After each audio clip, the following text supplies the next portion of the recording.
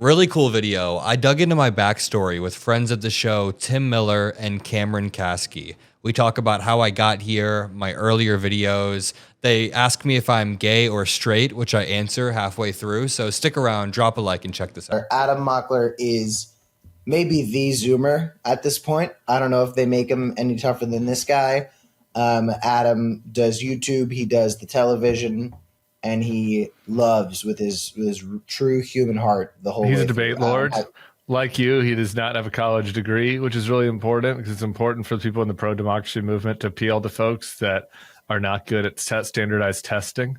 We're doing really well. Like we're kind of playing above our pay grade with people that that do well on standardized tests, not doing that great with like your C student. Or your student that is entrepreneurial, like Adam Mockler, and decided that he didn't want to be chained by the confines of Ball State University or wherever it was that he went, and he needed to spread his wings and fly.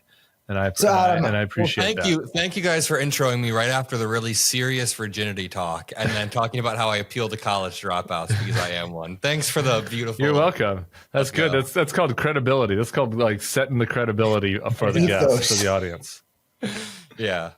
So Adam, before we get into all of the bells and whistles and the real meat of the discussion today, and before a big announcement that I have about a new Bulwark event coming up, why don't you tell us a little bit about you? You know, some people watching this might have seen you on CNN debating with 60-year-olds who are tripping over themselves. They might see you on the MeidasTouch Network, hanging out with the fellas over there, whose names I'm aware of.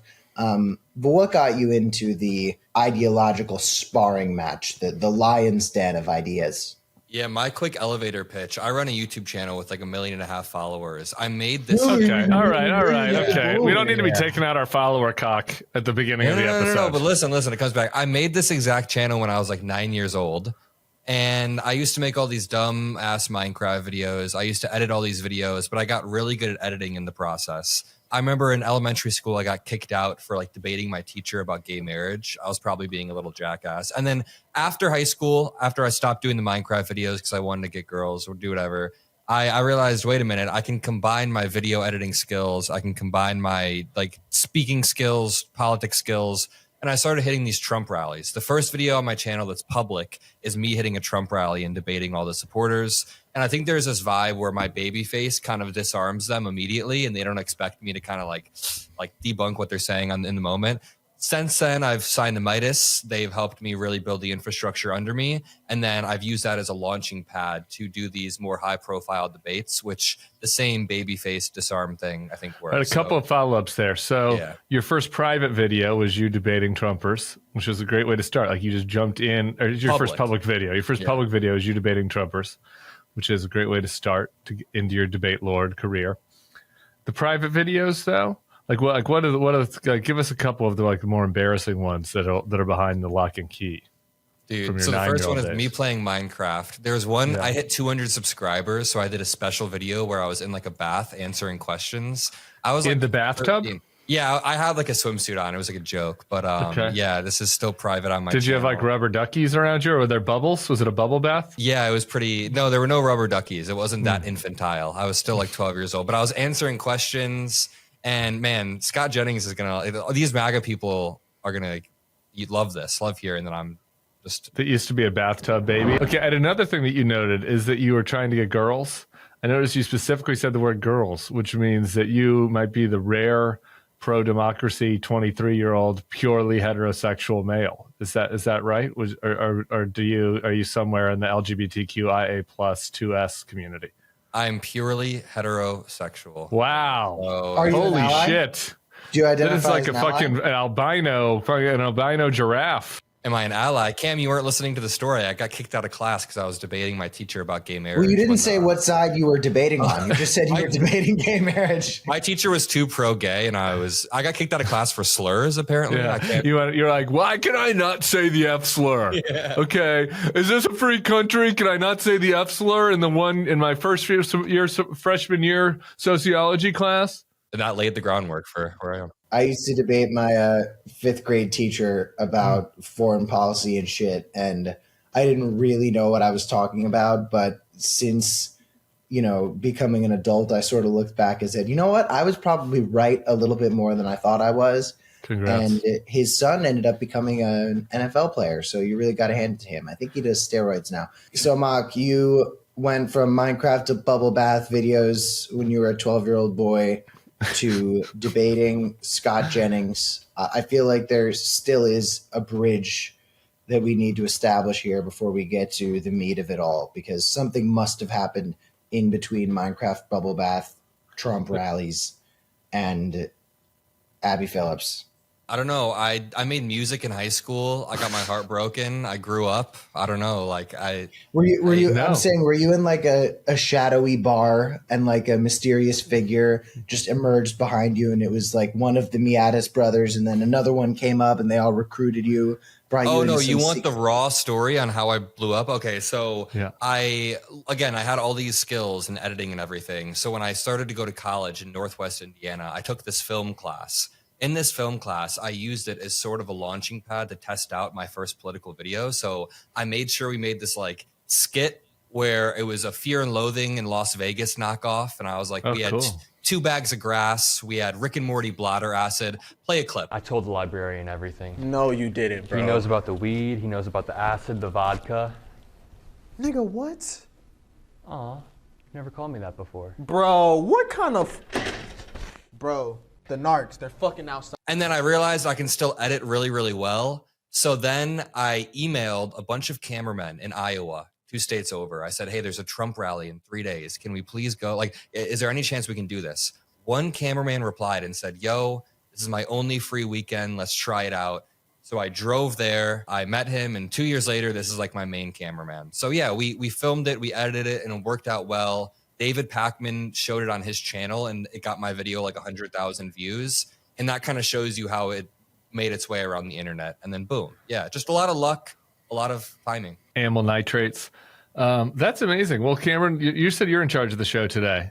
So what are we going to talk about? Adam has been going viral recently a lot for his debate lording. And I think that with Tim going on and asking Dean Cain what basic rights are when Dean Cain is signing up to go after grandmas and babysitters, and Adam doing his shit with Scott Jennings and the other dorks, I kind of wanted to have a conversation about the state of debate right now and what it means to be debating people in an environment where on the right, the tactic to handle really anything is almost always just lie. So it's, it raises a question of like, how do you engage in some sort of pursuit of any greater truth with people who, when, if their ideas are pushed to the limit or tested in any way, are just going to make up some shit about transgender illegals. So I thought it would be appropriate for us to look at a few clips of Mockler on television debating and just pick them apart a little bit and take the What about temperature. mine? Let's go. We're not going to do highlight reels of me. We're only going to do Mockler. Well, I just feel like the people who watch this already see all of the I thought we were going to kind of raised hits. rank. I thought we were going to sort of rank each other. I but told that's Cam, fine. I said include a clip of Tim and Dean Cain. I said, It's that was a okay. good So I'm just idea. fucking with you. That's fine. People have seen my highlight reel. We'll see how Mockler stacks up. Let's check it out. The party that promised to defeat the deep state very quickly became the deep state. Pam Bondi says, I have the list on my desk right here. They're rather silent for a few months. Then Elon Musk says Trump is in the Epstein list. Then within weeks, apparently the list is gone. I mean, I'm looking at this photo of Jack Posobiec holding up the Epstein files. It says the Epstein files, phase 1.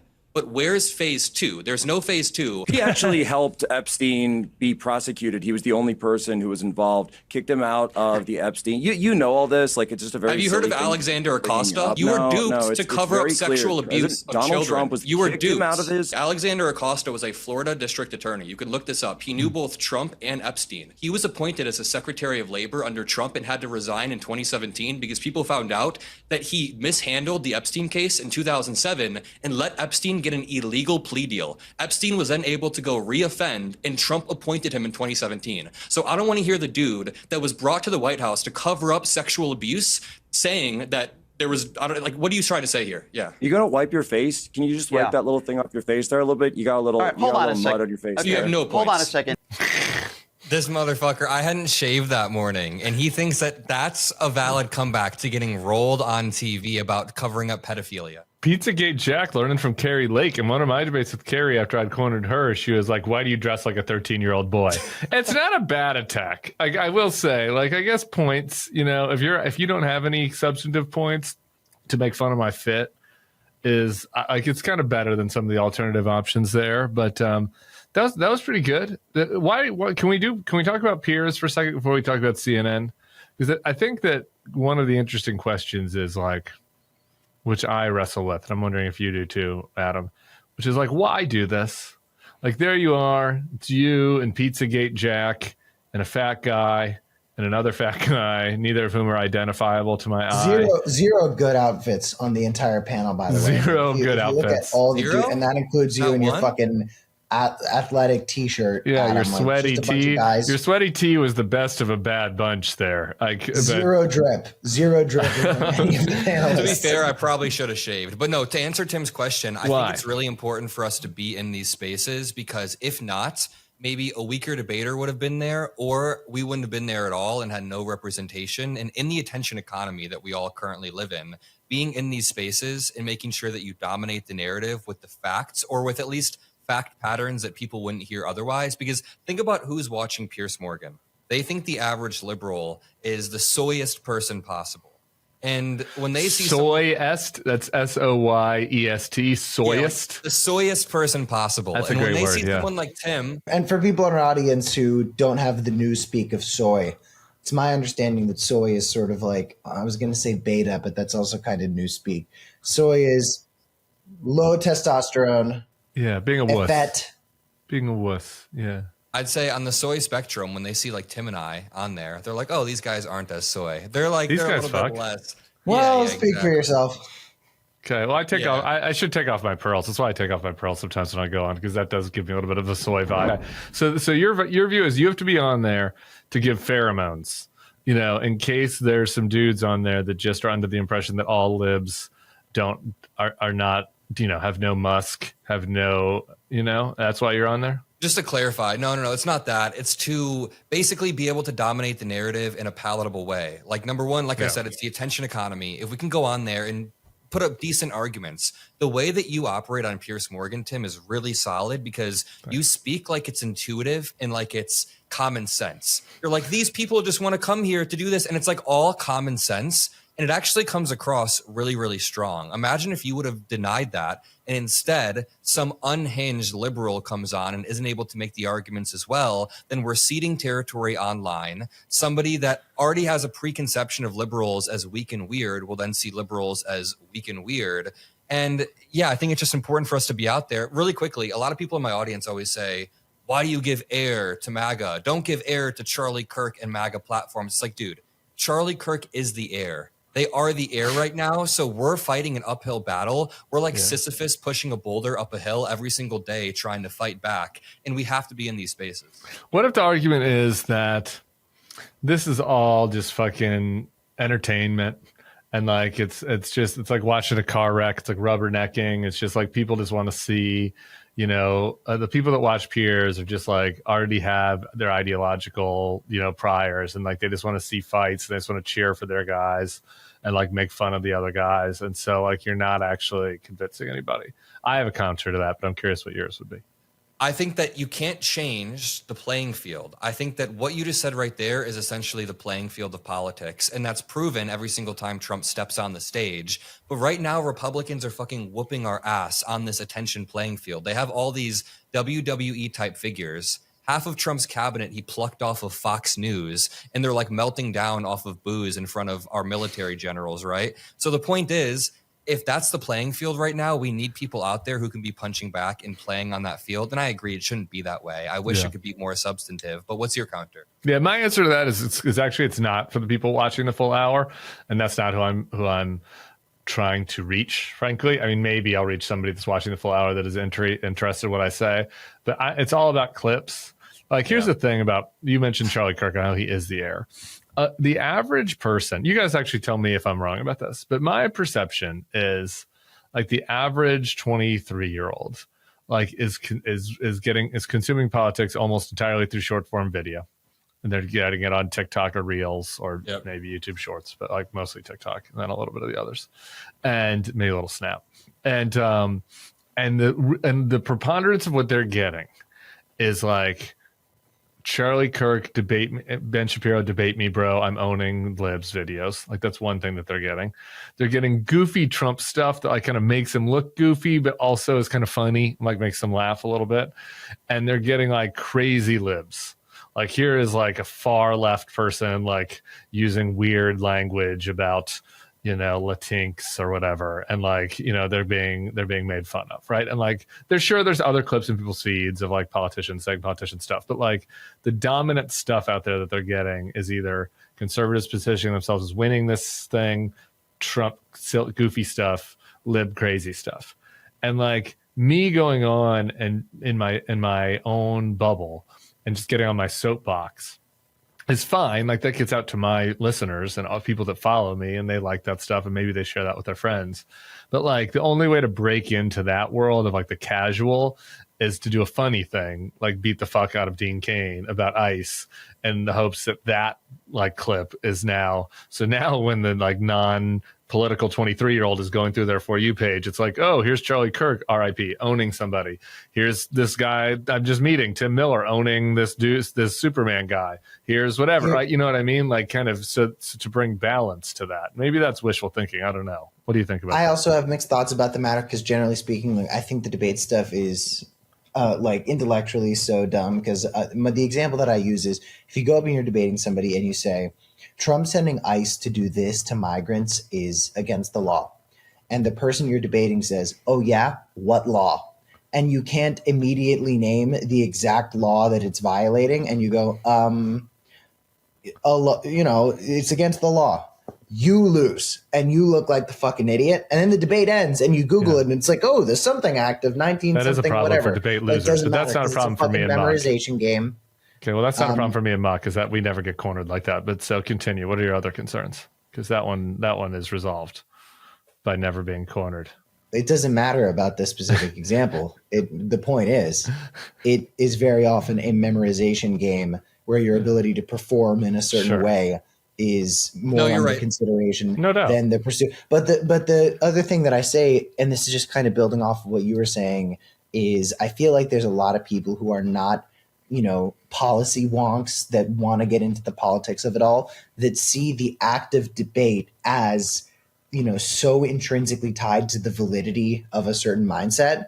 And you see that with how people talked about Charlie Kirk. They were like, oh, say this about Charlie Kirk, say that about Charlie Kirk. He was willing to debate people. He was willing to go where they were at.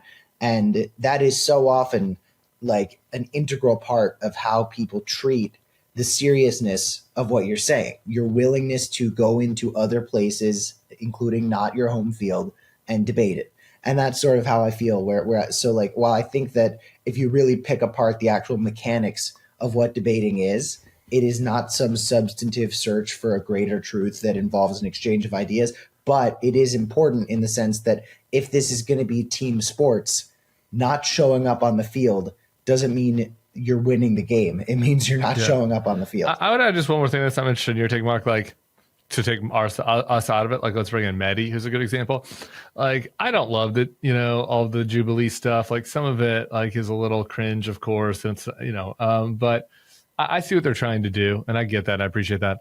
Mehdi, like going in and debating those 20 Nazis, like I think was like pretty important in that it was the first time in a while that trend that I talked about how people were being fed in their feeds, a lot of, oh, look at this crazy lib shouting about whatever, land acknowledgement, whatever the stupid thing is of the day, like the most extreme person on the left does on a college campus at some protest, and having that represent the whole left.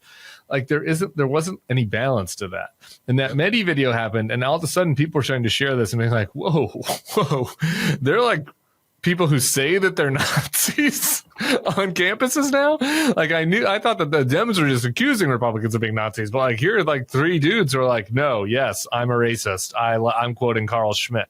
I feel like that's useful to get that out there. So useful. And we were ceding so much ground in the clip economy. We still are, because the right-wing ecosystem, to build on what you were saying, Tim, they've created this sort of pipeline. I always call it the pipeline to volume theory, because they have all of these online pipelines that suck young men and women down, or people of all ages. So say you're a young dude and you're into working out, you work out a bunch, and you eventually get sucked down this pipeline that's like Make America Healthy Again. Or say that you're a young dude who has dating problems, like every 17-year-old has. You eventually get sucked down the pipeline to Andrew Tate stuff. There's young mothers who get sucked down the vaccine pipeline. Young people who don't like APAC are now watching Nick Fuentes.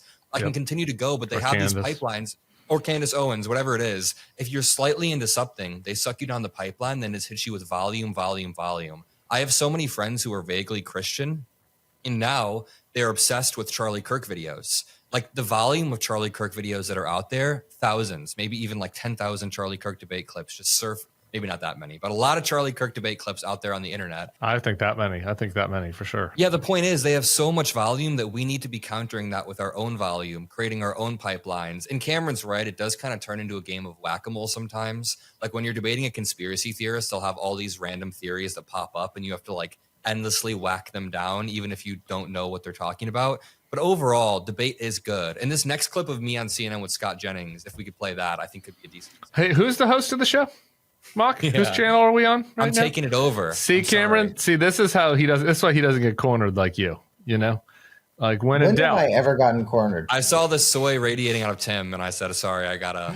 I don't know when I've never seen you get cornered, but you seem very concerned about it, that you're not going to know the immigration law of 1986 and that's going to prevent you from debate voting. Prolonged adolescent cannabis use made it so my synapses don't fire very quickly.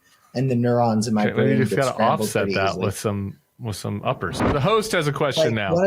One of the other things, and this kind of goes to what you were saying about the conspiracy theorists, Adam, is one of the things I struggle with is when you're debating somebody and they say so many things that are nuts in one breath that you have to pick your battle and figure. When we had Natalie Winters, who's Steve Bannon's cam on the show, she like Tim and I would just be sitting there and she would go on for 2.5 minutes at a time, and in those 2.5 minutes make 7 to 9 insane assertions, and then we had to figure out like, okay, which of these do we like go with? But anyway, Dante, let's take a look at this clip of Adam and Scott Jennings. And I think at the same time. So now we have two people here who are saying it's Donald Trump's fault that someone shot up an ICE facility. Nobody is saying that. You literally said that. Listen, let me finish. And then you agreed with it. You want to know what I said? I said Donald Trump created this environment over the past decade. You sat here and said, I need to take responsibility. I'm a 22-year-old YouTuber. You hold me to a higher standard than the man that I'm we holding just you to your listened standard of your punditry. Donald your Trump was punditry just is that vomiting Trump's vitriol out of his mouth about how the other party is weak and evil. And he just said the party of hate, evil, and Satan. You blind yourself to that, and you're focusing on a 22-year-old YouTuber. Dude, I like how you covered your eyes when you said blind yourself. That type of gesticulation tells such a good story. I'm curious what the Jennings vibe is like with you at the commercial break. Can you talk about that a little bit? Then we'll do the debate stuff. That's what the people really want to know. He's fine. He's affable. He's a nice dude. Yeah. He's from, well, I don't know about nice. He's affable, though. I had one of the worst hours of my life was after Joe Biden had a medical event on the stage in the most important debate in modern history. And then I was there in Atlanta to do spin afterwards.